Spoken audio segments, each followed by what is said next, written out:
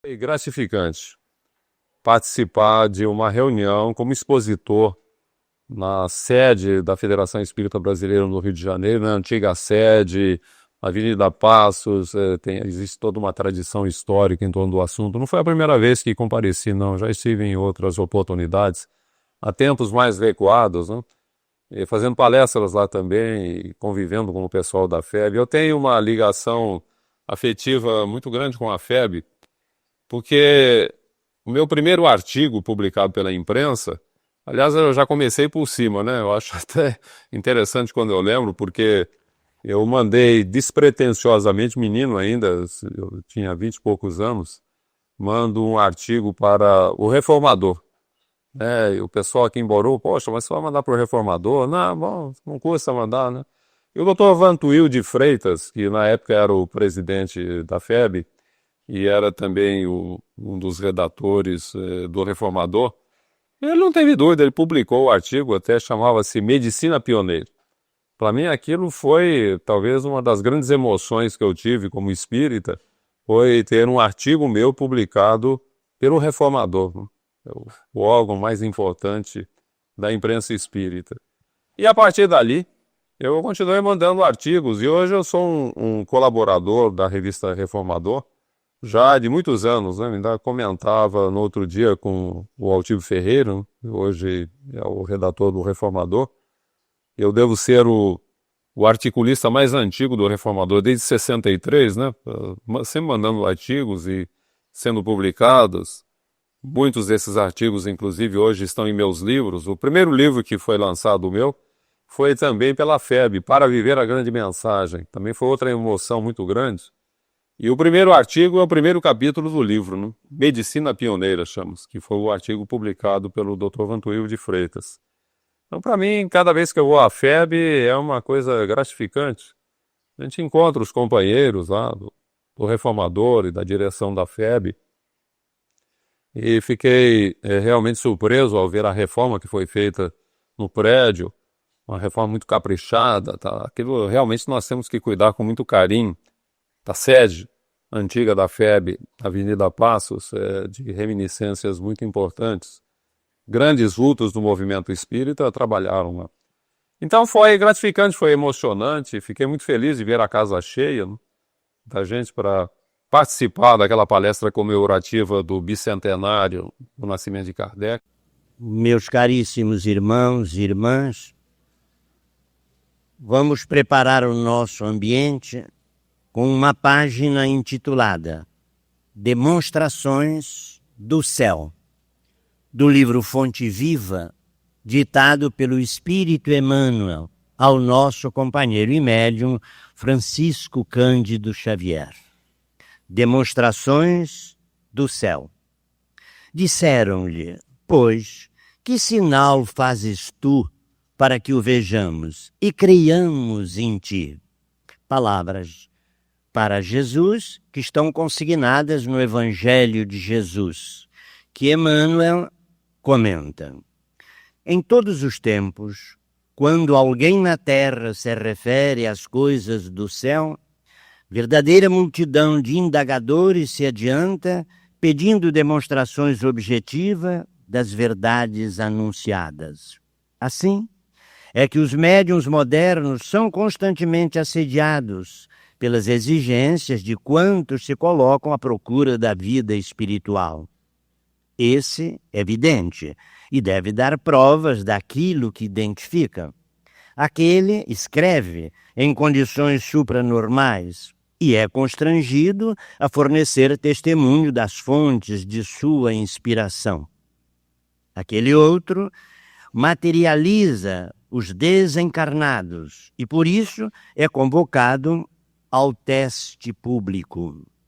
Todavia, muita gente se esquece de que todas as criaturas do Senhor exteriorizam os sinais que lhe dizem respeito. O mineral é reconhecido pela utilidade. A árvore é selecionada pelos frutos. O firmamento espalha mensagens de luz. A água dá notícia do seu trabalho incessante. E o ar esparge informações, sem palavras, do seu poder de manutenção da vida. E, entre os homens, prevalecem os mesmos imperativos. Cada irmão de luta é examinado pelas suas características. O tolo dá-se a conhecer pela puerilidade. O entendido revela mostras de prudência. O melhor demonstra as virtudes que lhe são peculiares. Desse modo, o aprendiz do Evangelho, ao solicitar revelações do céu para a jornada da terra, não deve olvidar as necessidades de revelar-se firmemente disposto a caminhar para o céu. Houve dia em que a turba vulgar dirigiu-se ao próprio Salvador que a beneficiava, perguntando: que sinal fazes tu para que o vejamos e creiamos em ti? Imagina, pois, que se ao Senhor da vida foi dirigida semelhante interrogativa, que indagação não se fará do alto a nós outros, toda vez que rogarmos sinais do céu a fim de atendermos ao nosso simples dever? Emmanuel, vamos orar.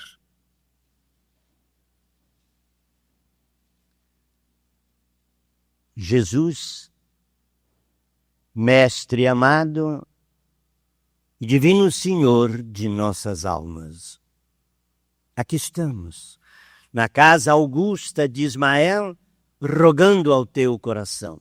Senhor, dá-nos a saúde do corpo, a paz do espírito. Permite, Mestre, que neste instante possamos receber as bênçãos de passes magnéticos para curar-nos ou aliviar-nos em nossos sofrimentos e em nossas dores.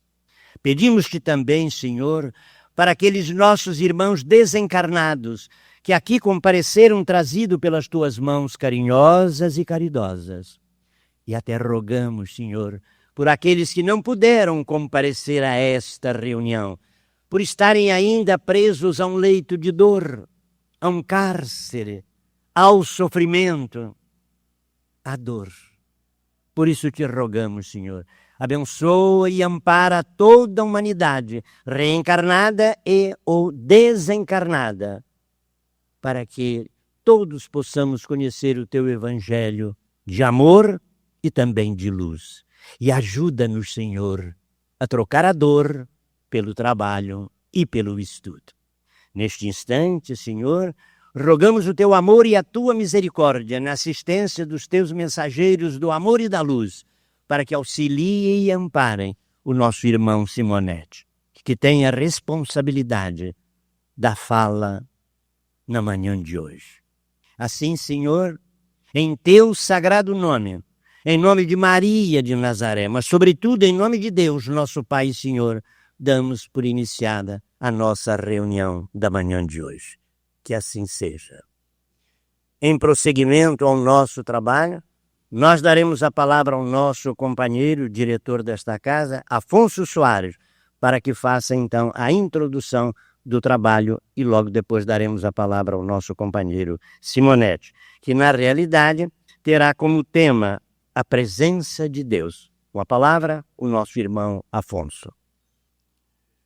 Meus amigos,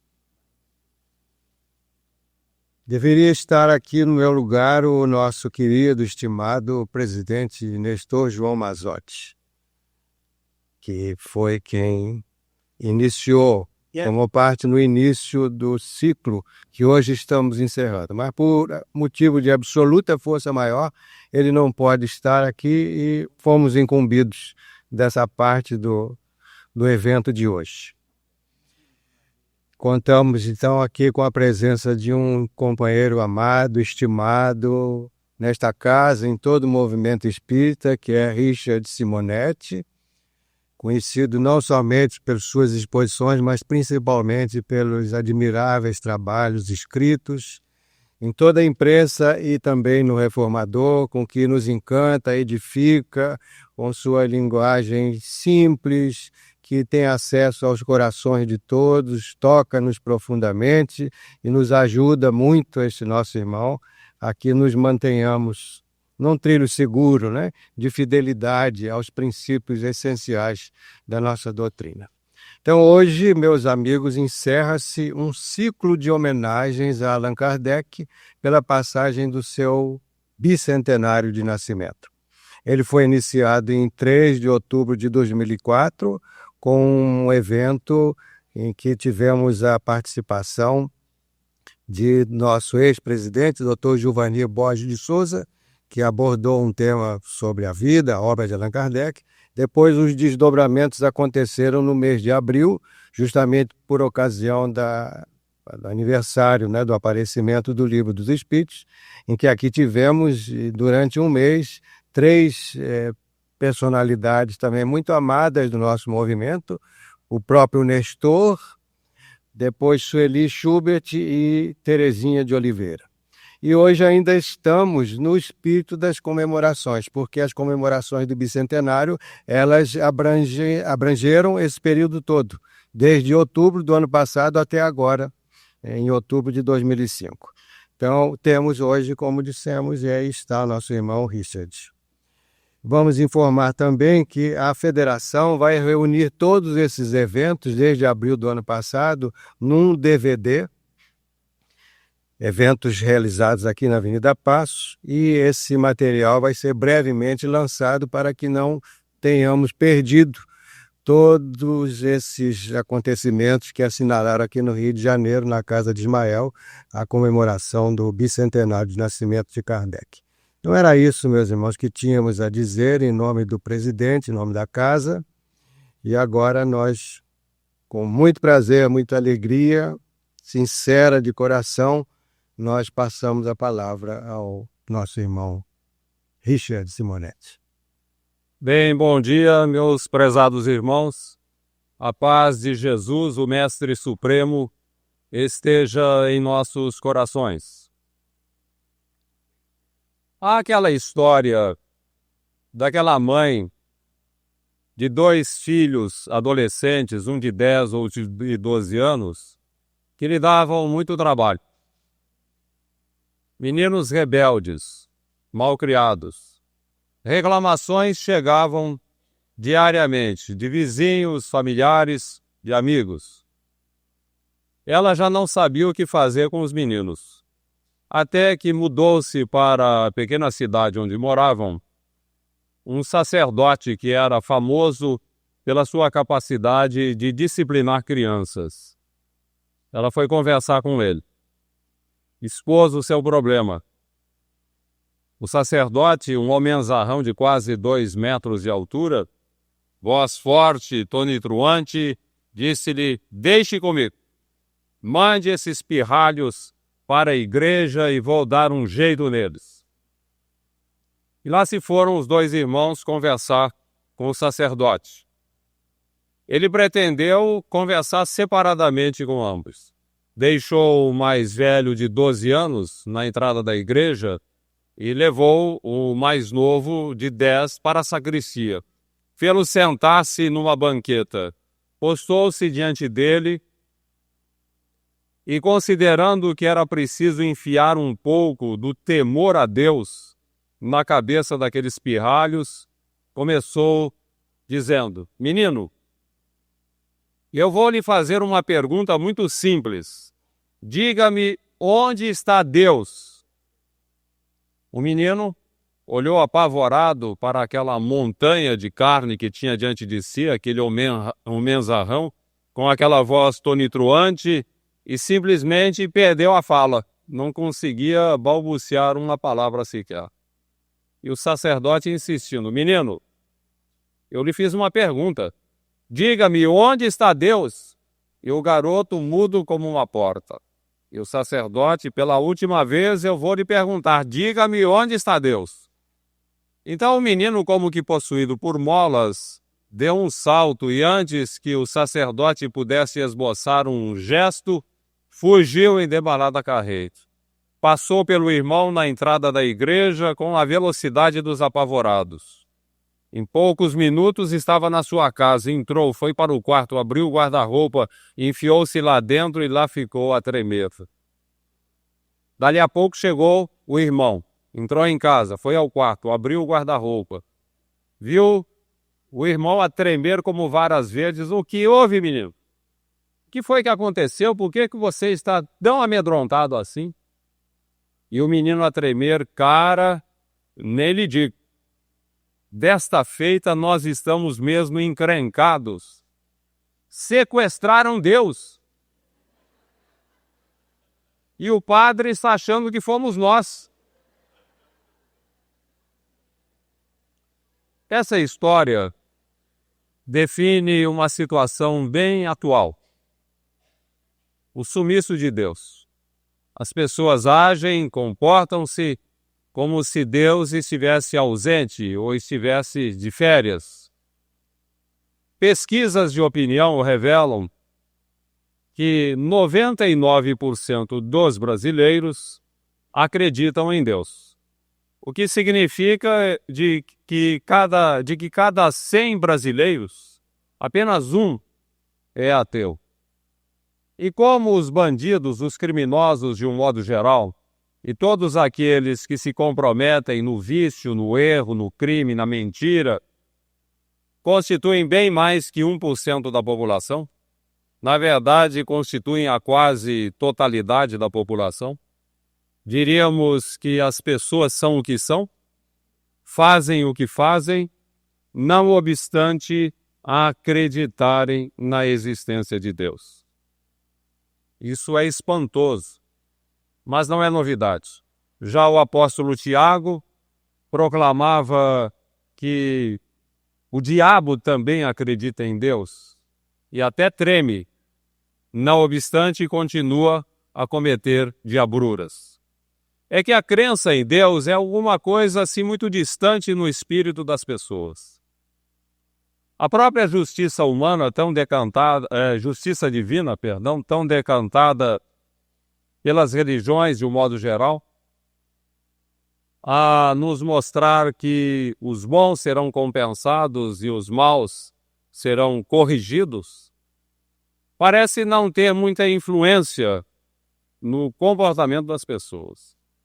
É tudo muito distante, muito vago. As pessoas agem realmente e vivem como se Deus estivesse ausente.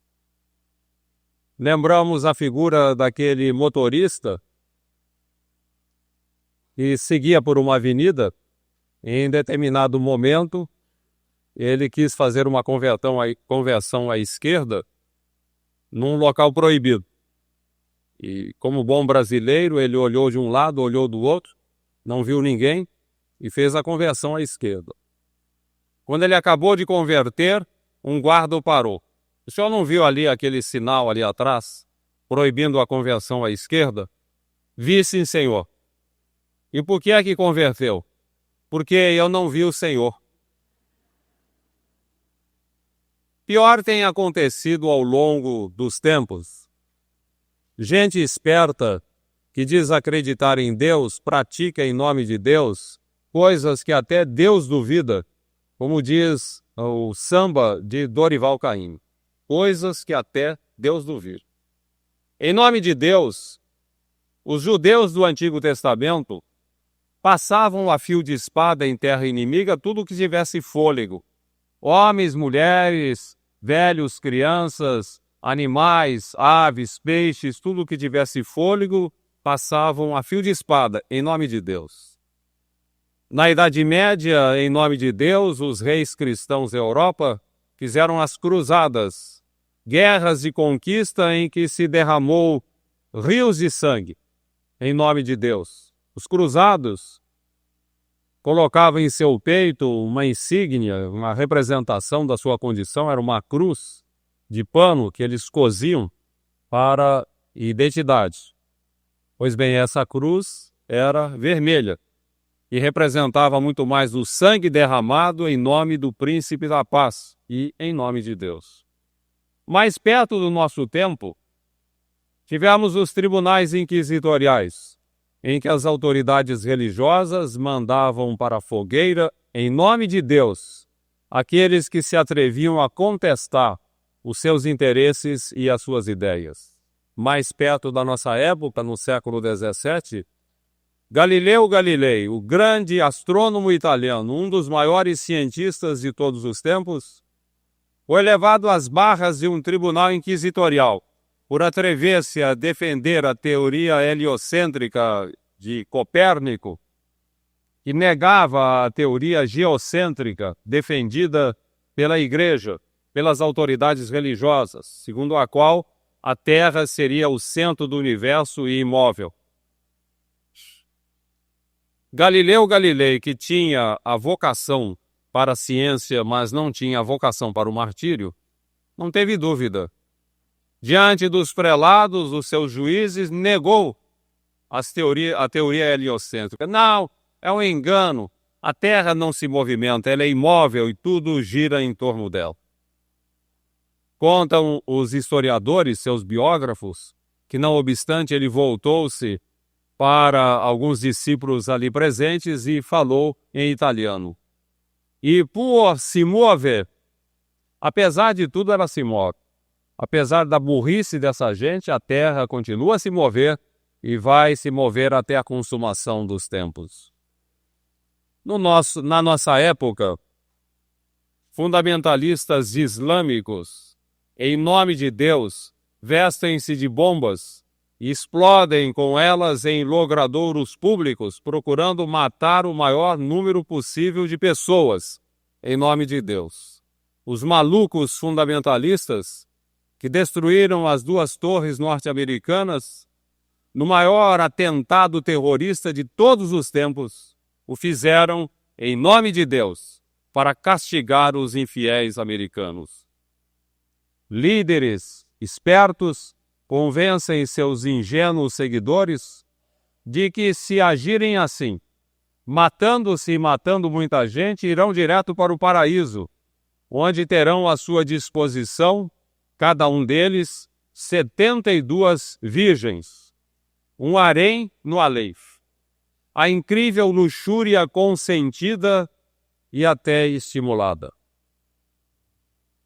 Devemos estas loucuras realizadas em nome de Deus às concepções antropomórficas de Deus. Um Deus à imagem e semelhança do homem. Um Deus dominado por fraquezas humanas. Um Deus tão falível, tão humano, que em determinado momento arrependeu-se da obra da criação, como está no Velho Testamento. Arrependo-me da obra da criação. Destruirei o homem de sobre a face da terra. Destruirei o homem, bem como animais e aves e peixes, porque me arrependo de tê-los criado. Não fosse Noé cair nas boas graças de Jeová, que lhe permitiu construir aquela fabulosa arca, e não estaríamos aqui hoje para contar essa história. É por causa de histórias assim que os homens dizem acreditar em Deus, mas não conseguem viver como seus filhos. É por causa de histórias assim que filósofos e cientistas no presente proclamam com todas as letras que Deus está morto. Querem dizer com isso que Deus é apenas uma invenção da fé. Uma história da carochinha que se conta para crianças rebeldes a fim de discipliná-las. Mas a criança cresce, torna-se o adulto e já não acredita em histórias da carochinha. Daí dizer-se que Deus está morto. Não obstante, não podemos viver sem Deus. A crença num poder supremo que nos criou, que nos governa, que nos dirige, que premia os bons e corrige os maus, é tão fundamental ao equilíbrio de nossas almas quanto são os alimentos ao equilíbrio de nosso corpo. Por isso, Allan Kardec, ao codificar a doutrina espírita, estabeleceu com o lançamento de O Livro dos Espíritos, como tema primeiro, como capítulo inicial dessa obra máxima do Espiritismo, a existência de Deus. A abordagem que Kardec faz a respeito de Deus em O Livro dos Espíritos é uma obra-prima de concisão e clareza. A começar da primeira questão. A questão número 1. O que é Deus? Pergunta Kardec. Muita gente estranha. O que é Deus? Por que não quem é Deus? Aparentemente, mais correto, pelo menos, soa melhor. Quem é Deus e não o que é Deus. Mas a pergunta está perfeita. Há diferenças fundamentais entre os pronomes que e quem.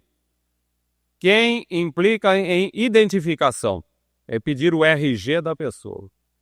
Que implica em qualificação, é pedir o seu currículo. Lembremos Jesus como exemplo. Quem é Jesus? Jesus é um judeu, nascido no ano zero da era cristã, nascido em Belém, filho do carpinteiro José e sua esposa Maria, viveu em Cafarnaum e viveu em Nazaré até o início do seu apostolado e foi crucificado em Jerusalém no ano 33 da era cristã. Esse é o RG de Jesus, a sua carteira de identidade. E o que é Jesus? Jesus é um judeu, autor dos ensinamentos que deram origem ao cristianismo, um movimento religioso que, em vários segmentos, constitui hoje a crença do Ocidente. Aqui nós temos a qualificação de Jesus, o seu currículo. Agora perguntemos, quem é Deus? Como saber? Como definir a sua origem, filiação, naturalidade, nacionalidade? Tudo isso é impossível, não dá para a gente definir isso.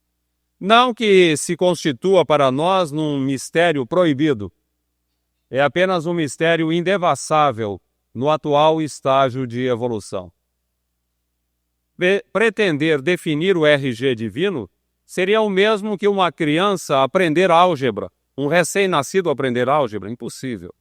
A criança precisa crescer, desenvolver-se mentalmente para que faça o seu aprendizado. O mesmo acontece conosco. No atual estágio evolutivo, é impossível definir o RG divino. Em altos estágios de evolução, quando estivermos nos aproximando da perfeição, tudo bem, daí saberemos definir essas coisas.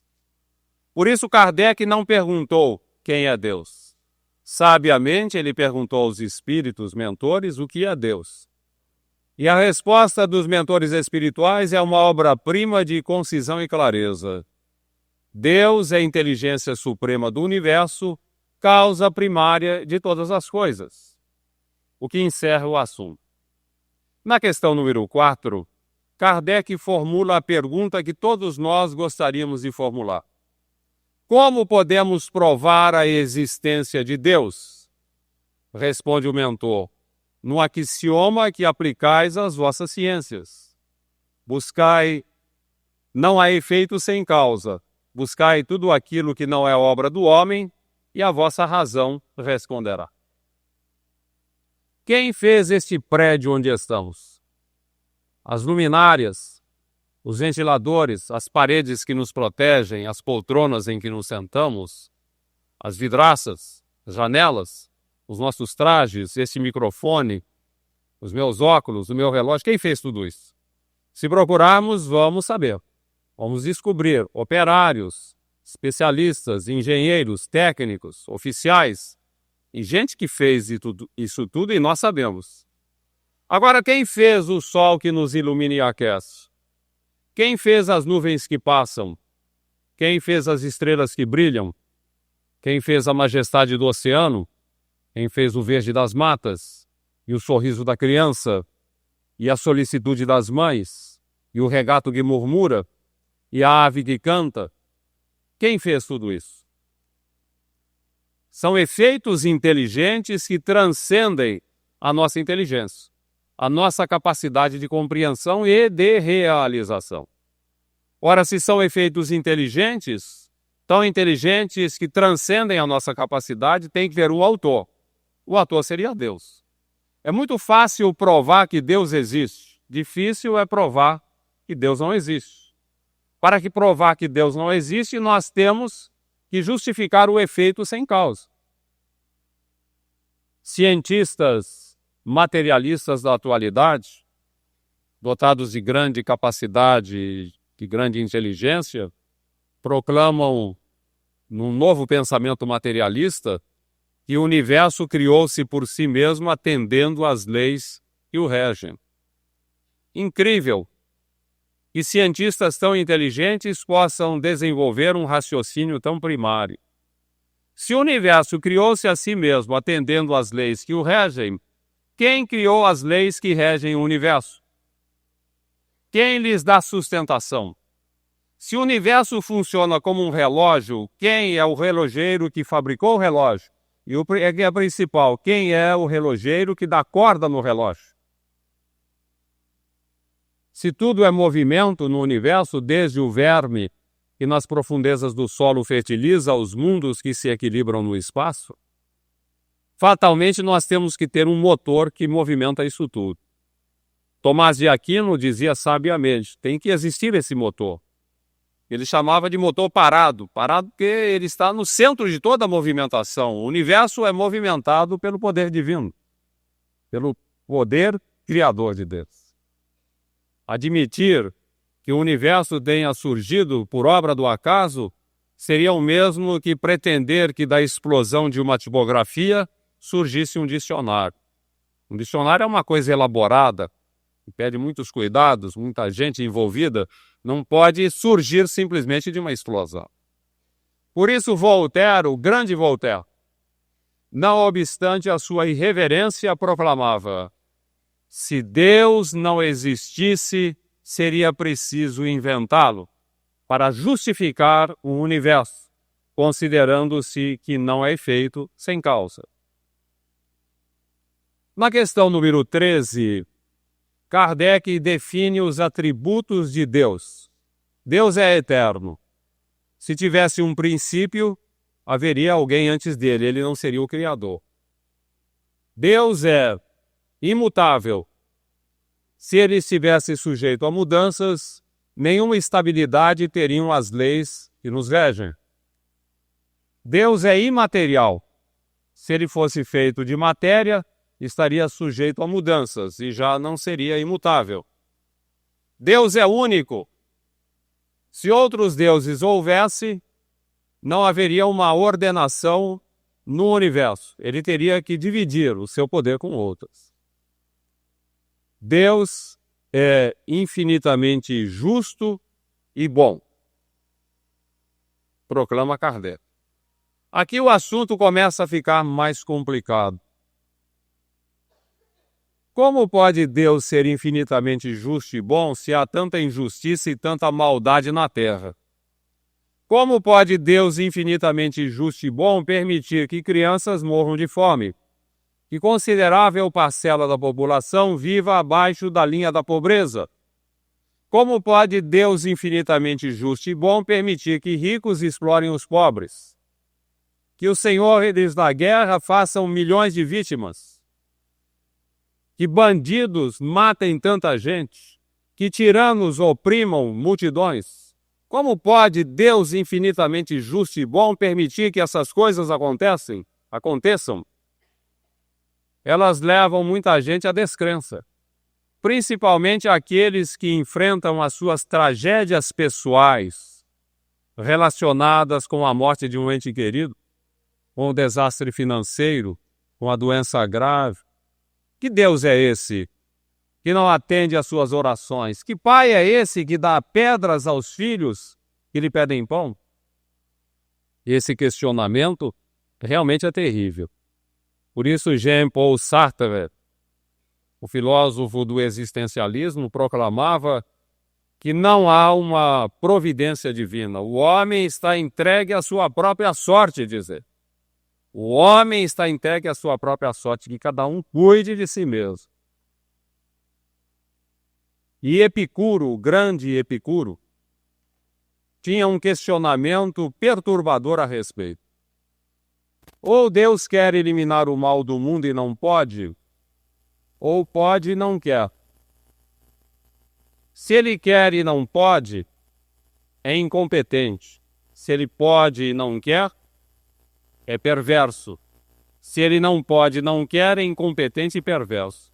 Se ele pode e quer, por que não o faz? Realmente o questionamento é perturbador. Ou Deus quer eliminar o mal do mundo e não pode, ou pode e não quer. Se ele quer e não pode, é incompetente. Se ele pode e não quer, é perverso.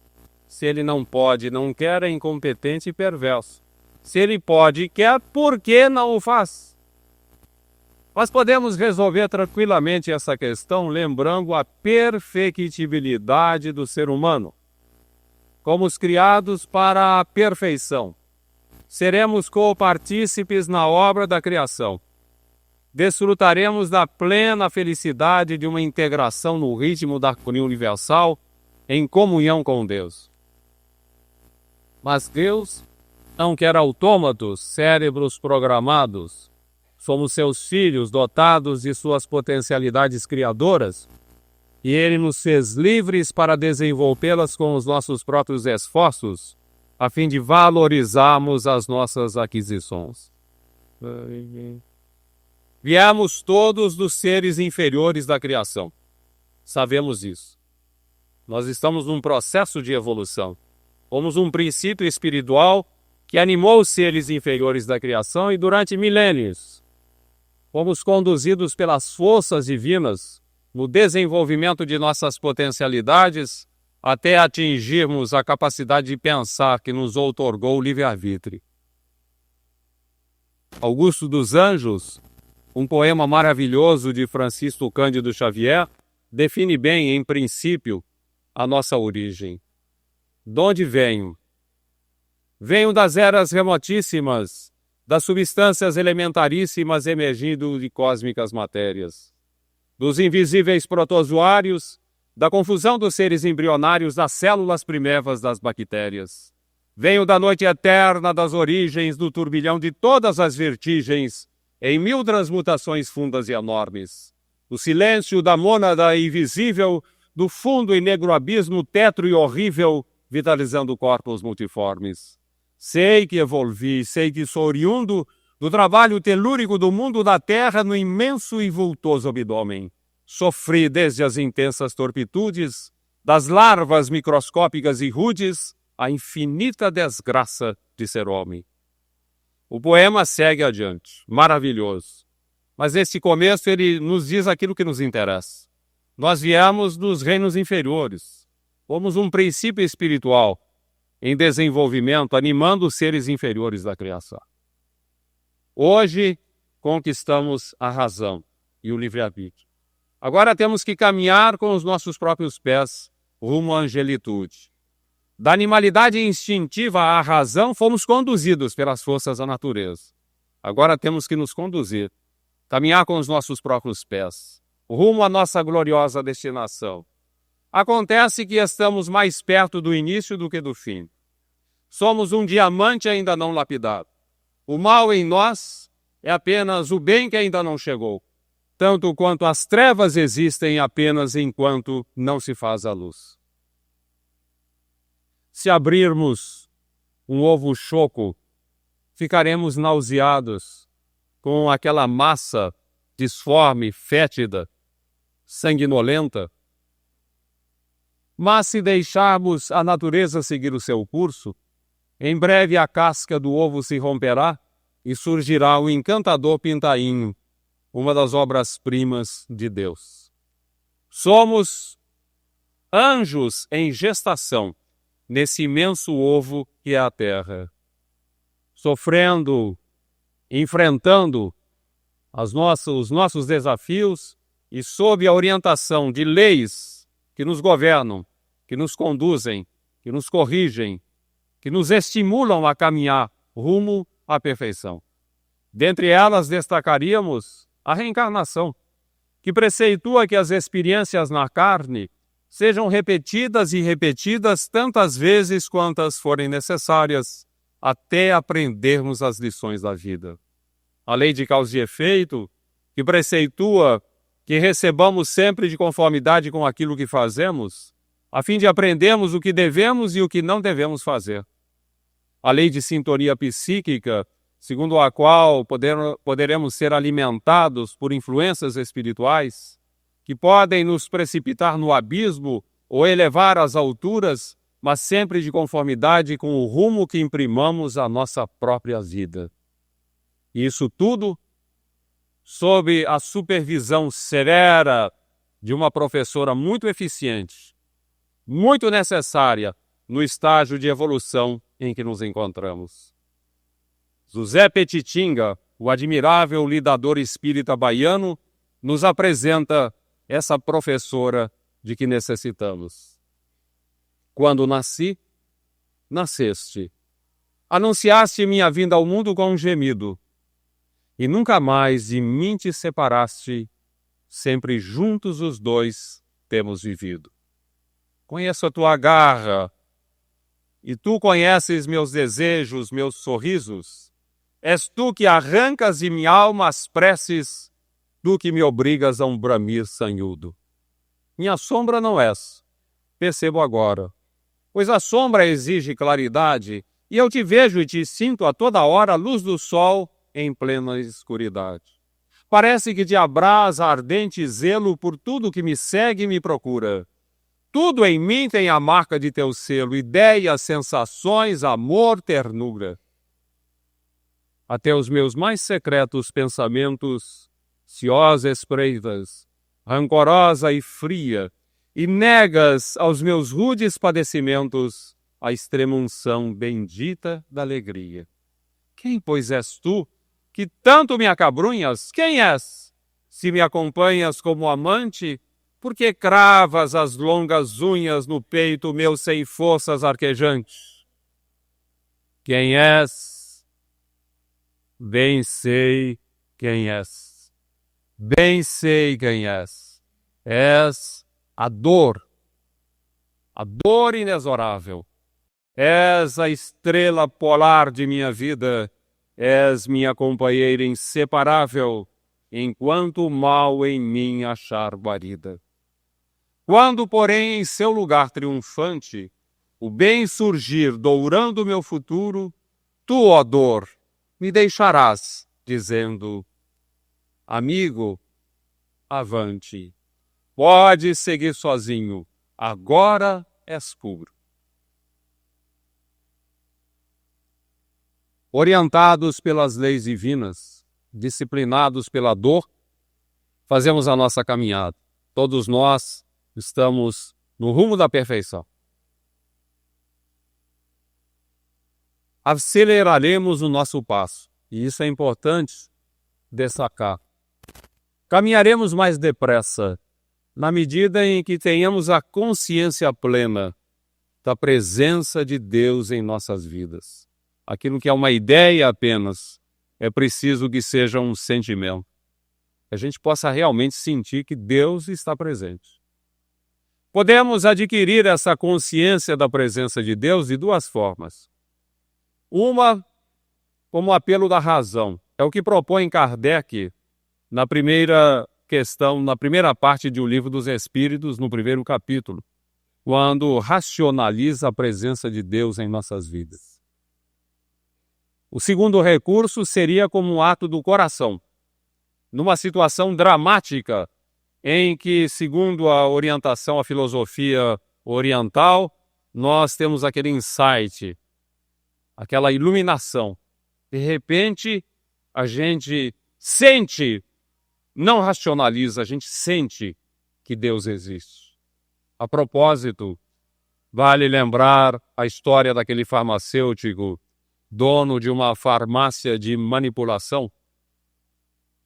Um homem bom, cumpridor de seus deveres, caridoso, mas um materialista impenitente, justamente porque ele alimentava as ideias, as dúvidas de Epicuro.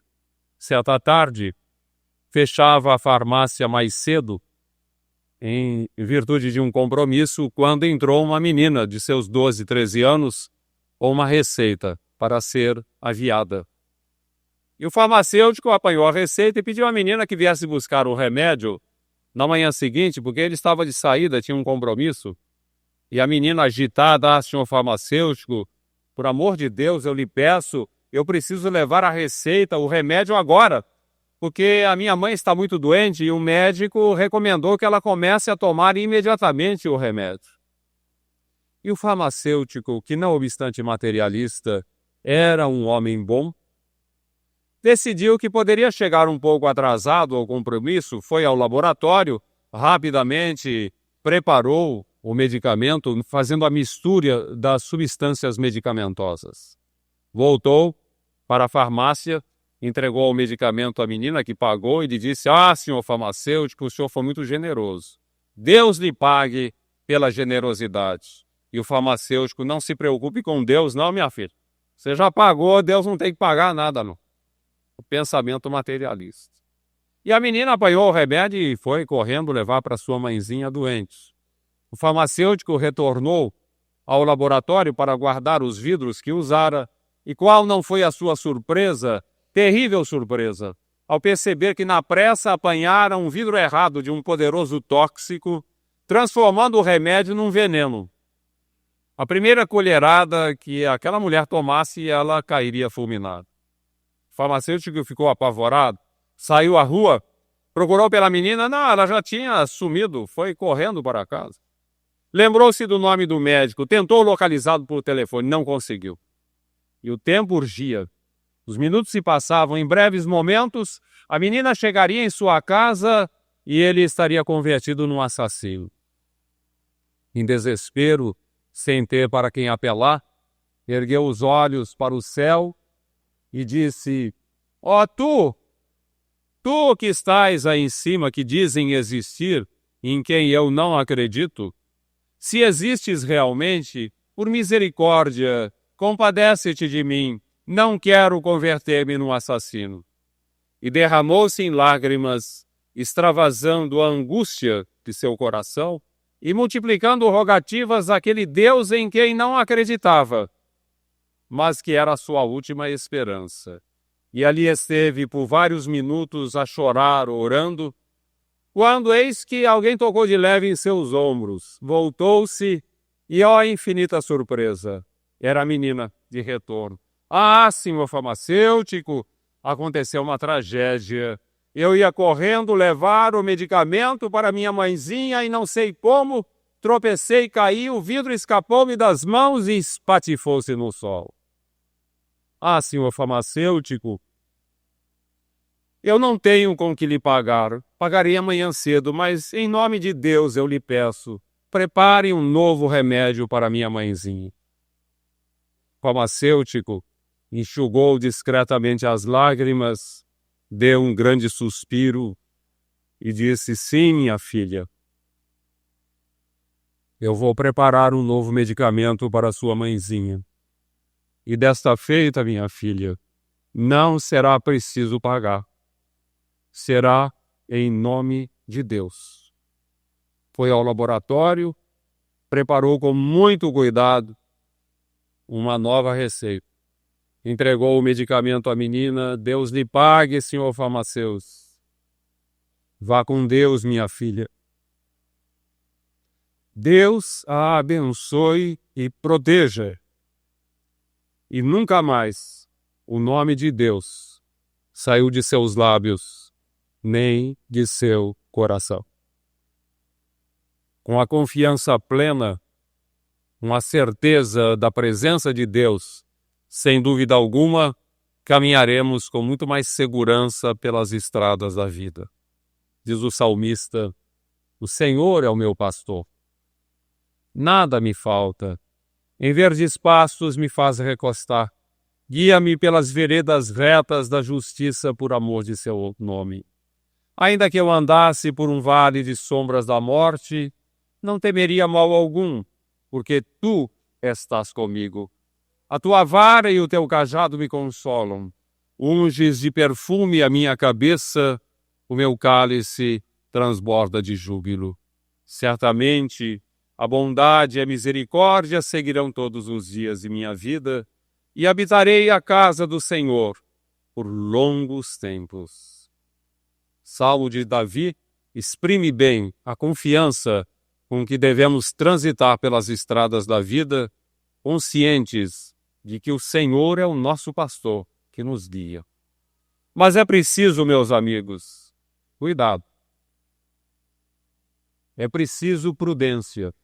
Orai e vigiai para não cairdes em tentação. Sede mansos como as pombas e prudentes como as serpentes. É preciso transitar com cuidado. Não basta saber que Deus está presente.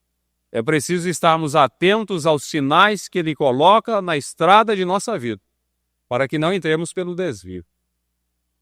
Quando uma estrada está sendo reformada, há sinais anunciando os desvios para os motoristas.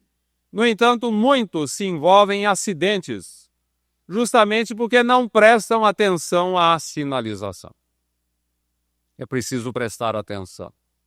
A propósito, vale lembrar a história daquele discípulo de um sábio indiano que ouviu seu mestre falar longamente a respeito da presença de Deus no universo. Pois é, meu filho, Deus está presente em tudo e em todos. Podemos transitar tranquilos, serenos, confiantes pelas estradas da vida. E o discípulo deixou a cabana do seu mestre, assim, muito animado com aquelas perspectivas que se desdobravam à sua imaginação. Meu mestre tem razão, meditava ele transitando pela trilha que o levava à sua cabana. Deus está presente em tudo e em todo. Podemos transitar tranquilamente pelas estradas da vida. Deus está presente no sol que nos ilumina e aquece, está presente nas estrelas que brilham, nas nuvens que passam, na majestade do oceano, no verde das matas, no sorriso da criança, na solicitude das mães, na ave que canta, no regato que murmura. Beleza, Deus, sinto a sua presença, Ele está comigo. Ia ele imerso em suas cogitações felizes, quando numa curva do caminho ele percebeu um elefante desembestado, furioso, que vinha em sua direção. Em cima do elefante, o tratador, sem conseguir contê-lo, gritava a plenos pulmões: "Sai da frente! Sai da frente!"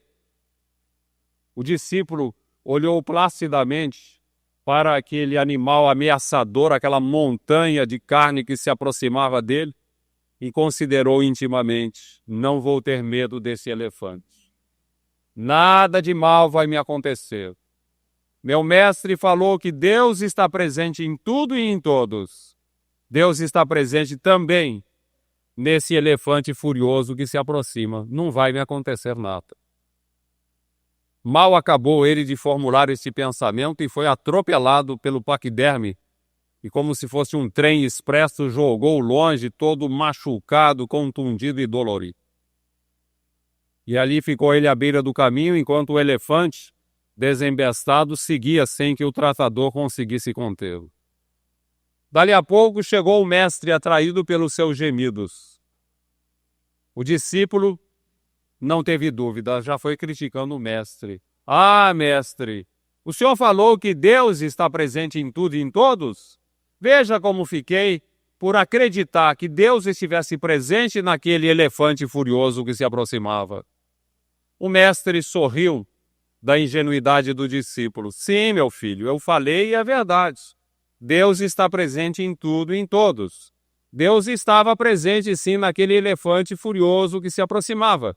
Só que você se esquece de que Deus estava presente também naquele homem em cima do elefante que gritava a plenos pulmões: sai da frente!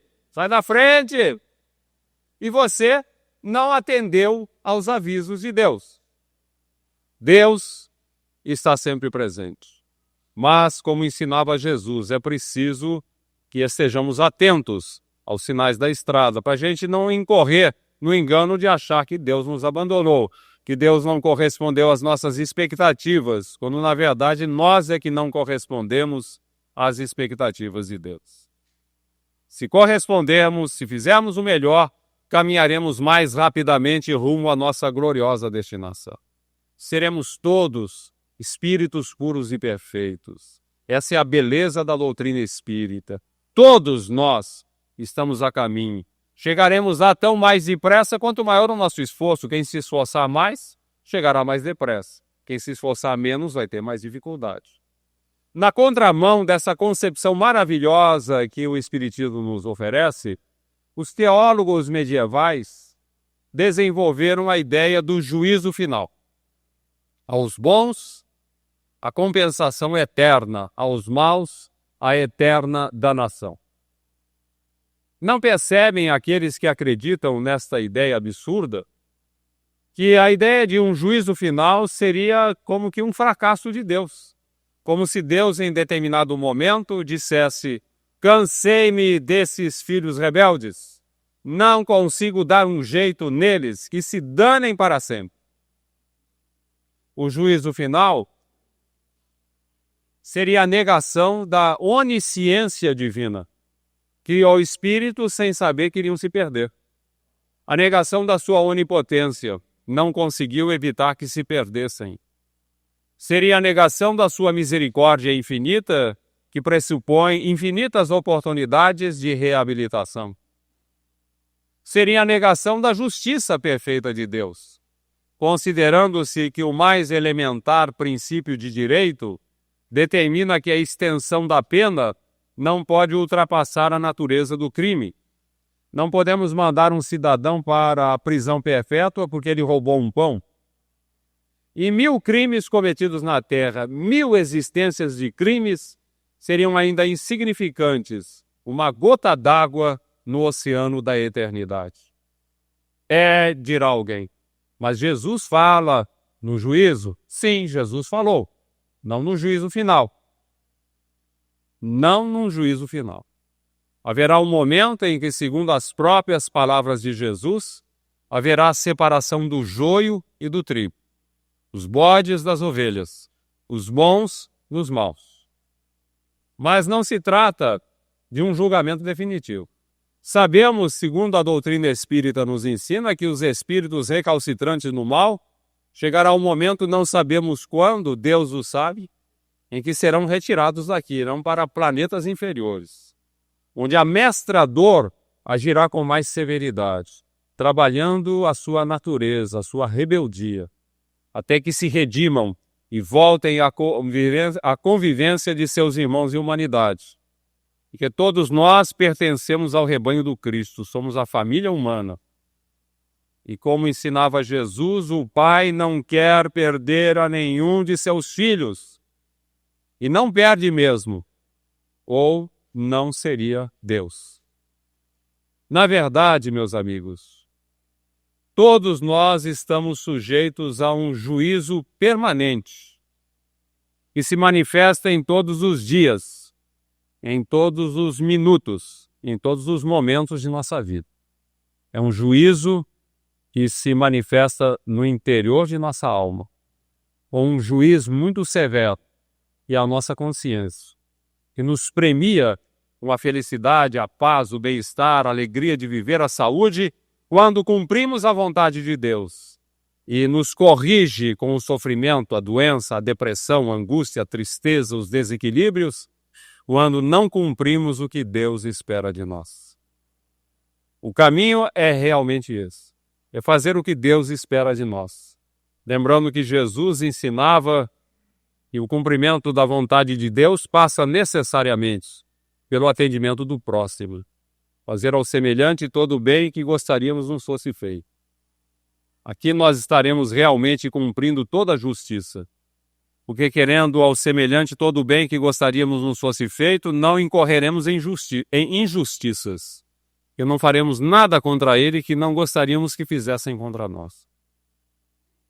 O empenho de sermos justos e bons é o nosso caminho. Lembrando, como está em Kardec, na questão número 13, na questão 13, quando ele diz dos atributos de Deus, que Deus é justiça e a bondade. E nós fomos criados à imagem e semelhança de Deus. Então a justiça e a bondade existem embrionárias em nós, fazem parte de nossa alma. Quando nós não agimos com justiça e bondade, estamos agredindo a nós mesmos. estamos negando a própria natureza de filhos de Deus. E é impressionante a ação da bondade, como ela nos enleva, como ela nos equilibra, como ela nos traz alegria de viver. Não há outro recurso para sermos felizes senão exercitando a justiça e a bondade. Uma senhora comentava comigo que ela assumiu o compromisso de cuidar de uma velhinha, vizinha de apartamento no prédio onde morava. Essa velhinha era idosa, solitária, sozinha, não tinha ninguém por ela. E essa senhora, não obstante os seus afazeres como dona de casa, mãe de 3 filhos, como professora, como participante de uma obra social espírita, não obstante todas as suas responsabilidades, ela conseguia encontrar tempo para cuidar da velhinha.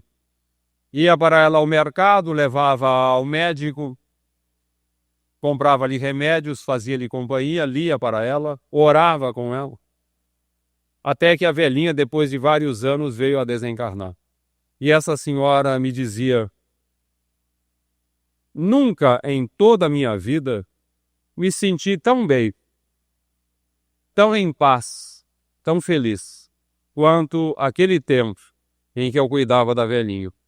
Não sei nem explicar o que acontecia comigo.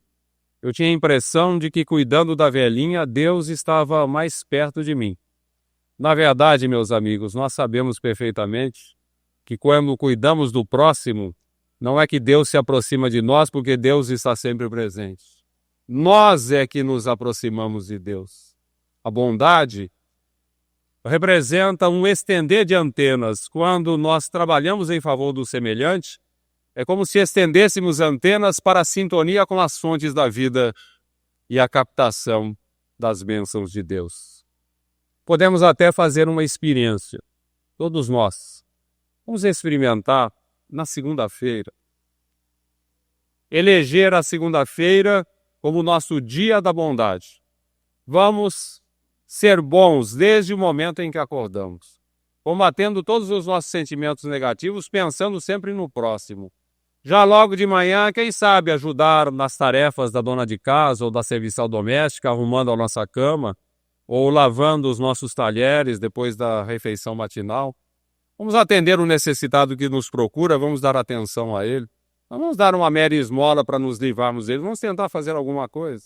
Vamos dar uma cota mais efetiva de colaboração no ambiente profissional. Vamos atender o colega necessitado. Vamos tolerar as impertinências alheias sem reações negativas. Vamos participar de uma obra social. Vamos, enfim, passar o dia todo só pensando e realizando o bem. E eu lhes garanto que à noite, ao encostarmos a nossa cabeça no travesseiro, haveremos de sentir uma paz tão inefável, um bem-estar tão grande, que haveremos de querer viver assim em todos os dias de nossa vida. Um amigo dizia: é tão bom ser bom, que se o malandro soubesse disso, ele seria bom por malandragem. Realmente, a razão nos diz que Deus existe, mas só a bondade promove o nosso encontro com Ele num lugar muito especial, definido pelo poeta José Soares Cardoso. Onde está Deus? Pergunta o cientista. Ninguém o viu jamais. Quem ele é? Responde às pressas o materialista: Deus é tão somente uma invenção da fé. O pensador dirá sensatamente: não vejo Deus, mas sinto que ele existe. A natureza nos diz claramente em que a grandeza do Criador consiste. Mas o poeta dirá com a segurança de quem fala porque tem certeza: eu vejo Deus no riso da criança, no céu, no mar, na luz da natureza. Contemplo Deus brilhando nas estrelas, no amor das mães fitando os filhos seus. Percebo Deus nas vozes dos namorados e escuto Deus na alma dos aflitos. Eu vejo Deus nos prados e nas flores, nos astros a rolar pelo infinito. Escuto Deus na voz dos namorados e percebo Deus na lágrima do aflito. Eu vejo Deus na frase que perdoa, contemplo Deus na mão que acaricia, escuto Deus na criatura boa e sinto Deus na paz e na alegria. Eu vejo Deus no médico salvando, percebo Deus na dor que nos irmana, Contemplo Deus no sábio tentando resolver a natureza humana. Eu vejo Deus no gesto de bondade, escuto Deus nos cantos dos crentes. Percebo Deus no sol, na liberdade, e vejo Deus na planta e na semente. Eu vejo Deus, enfim, por toda parte, que tudo nos fala dos poderes seus. Percebo Deus nas orações da arte e no amor dos homens. Também eu sinto Deus. Mas onde eu sinto Deus com mais beleza, em sua mais sublime expressão, não é no coração da natureza, é dentro de meu próprio coração. Jesus nos abençoe. Nós queremos agradecer esta oportunidade de estarmos reunidos para ouvirmos exatamente o que nós tivemos a oportunidade de ouvir. Deus existe. E colocá-lo exatamente, não vades. Quando vos disserem que o reino de Deus está aqui ou ali, não vades. Ele está dentro de cada um de nós. Agradeçamos a Jesus. Vamos orar. Jesus, Senhor e Mestre, aqui estamos, Senhor, para agradecer-te por esta oportunidade em que nos reunimos em teu sagrado nome para ouvirmos e ratificarmos a tua presença em nós. Ajuda-nos, Senhor, para que possamos mostrar a tua presença através dos nossos pensamentos, das nossas ações, das nossas obras. Que cada um de nós, na realidade, seja sempre uma partícula divina, ensinando, amando, perdoando, criando teu amor e a tua misericórdia, exatamente nas nossas condições de vida. Abençoa o nosso companheiro, abençoa cada um de nós, Senhor, que estamos tentando, tanto quanto possível, trocar a dor pelo trabalho e pelo estudo. E para ratificarmos em nós as condições de divindade, que são as virtudes existentes em nossas almas. A humildade, a resignação, a paciência, a fé, a esperança, a caridade, o amor, que é a representação divina em cada um de nós, em toda a nossa existência, quer na carne ou no prosseguimento, na erraticidade, para toda a eternidade. Jesus nos abençoe e rogamos, Senhor, despede-nos na tua doce e santa paz, permitindo que em teu nome, em nome de Maria de Nazaré, mas sobretudo em nome de Deus, nosso Pai e Senhor, permite, deiamos agradecido por encerrada a nossa reunião na manhã de hoje. Muito obrigado, Senhor. Está encerrada a nossa reunião.